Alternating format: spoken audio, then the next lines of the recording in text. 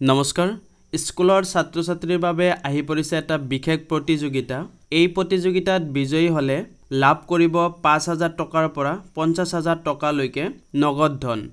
ইয়াৰ উপৰিও gold silver আৰু bronze মেডেলো লাভ কৰিব তাৰ উপৰি বিজয়ী প্ৰাৰ্থীৰ লগতে মা দেউতাকক এটা পছন্দৰ ঠাইত ভ্ৰমণ কৰিবলৈ সুবিধা দিয়া হ'ব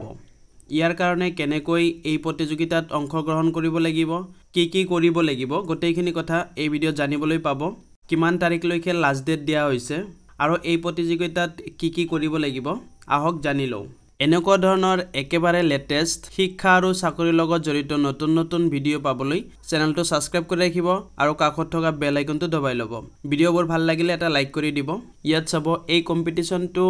অৰ্গানাইজ কৰিছে ministry of tourism government of India আৰু এইটো কম্পিটিশনটো নাম হ'ব দেখো अपना देश স্কুলছ কন্টেষ্ট ইয়াত তলৰ পিনে দিয়া হৈছে কম্পিটিশন কৰিবলৈ কি কৰিব লাগিব হোৱাট টু ক্ৰিয়েট ইয়াত আপোনালোকে চাব 2 to 4 page handwritten tourism brochure showcasing the tourism wonders of the district in which your school is located work in groups of 3 to 6 students to create the brochure ইয়াত কোৱা হৈছে ছাত্ৰজন জিটো ডিস্ট্ৰিক্টত বখবাস কৰে বা জিটো ডিস্ট্ৰিক্টত তেওঁৰ স্কুল আছে সেই ডিস্ট্ৰিক্টৰ টুৰিজম পৰ্যটকৰ ধুনিয়া দৃশ্যবোৰৰ বিষয়ে 2 পৰা 4 পেজ হাতেৰে লিখিব লাগিব হাতেৰে লিখি এটা প্ৰজেক্টৰ নিচিনা বনাব লাগিব আৰু এইটো কৰিব পাৰিব গ্ৰুপ ওয়াইজও কৰিব পাৰিব 3 পৰা 6 জন ষ্টুডেন্টে এটা গ্ৰুপ বনাই কৰিব পাৰিব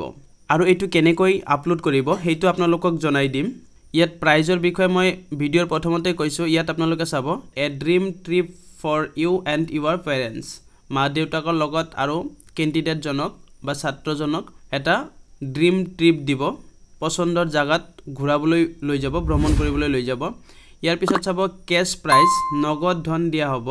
5000 পৰা 50000 টকা লৈকে প্ৰত্যেকটো গ্ৰুপ মেম্বাৰক তাৰ উপৰি চাব gold silver and bronze medal দিয়া হ'ব সেন্ট্ৰেল লেভেলৰ ফালৰ পৰা এই মেডেলবোৰ দিয়া হ'ব ইয়াৰ কাৰণে আপোনালোকে সাবমিট কৰিব লাগিব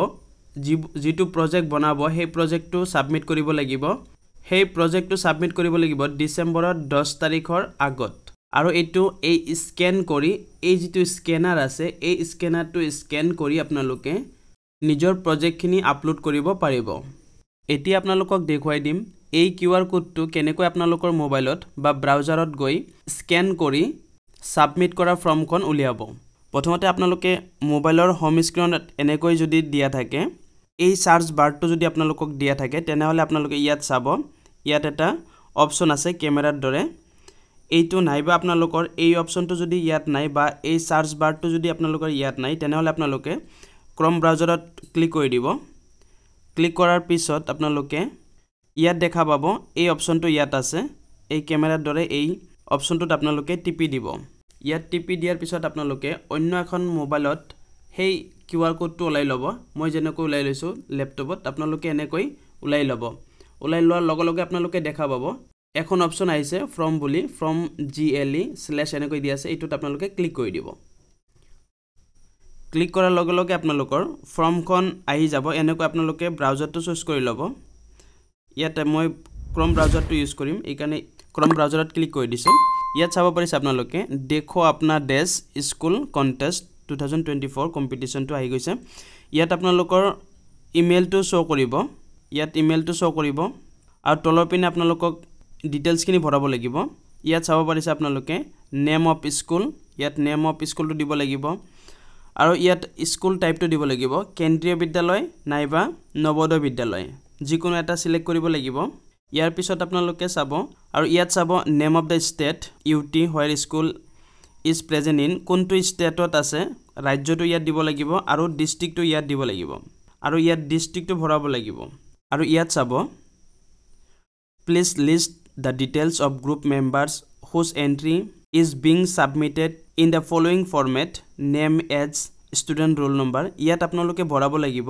যি সকল ছাত্ৰ ছাত্ৰীয়ে বা যি কেইজনে এই প্ৰজেক্টটো বনোৱাত সহায় কৰিছে বা একেলগে কৰিছে সেই কেইজনৰ নাম